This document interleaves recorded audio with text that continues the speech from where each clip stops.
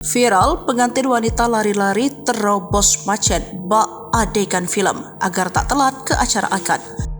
Segala kebutuhan dipersiapkan dengan matang dan maksimal agar hari pernikahan nantinya berjalan dengan lancar, seperti yang dialami oleh wanita pemilik salah satu akun TikTok.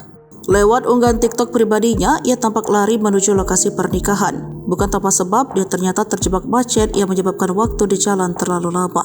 Dia pun memilih untuk jalan kaki. Puff kejebak macet pas wedding, tapi harus ngejar randon, tulisnya dalam Tribun Trend pada Rabu 10 Juli 2024. Setelah video beredar, tampak jalanan begitu padat, banyak kendaraan lalu lalang. Alhasil mau tidak mau, Bella memilih turun dari mobil untuk menuju ke pelaminan.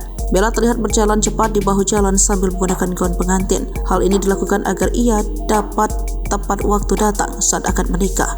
Desikan terbaik yang turn out jadi one of my best memory pas wedding, ungkapnya.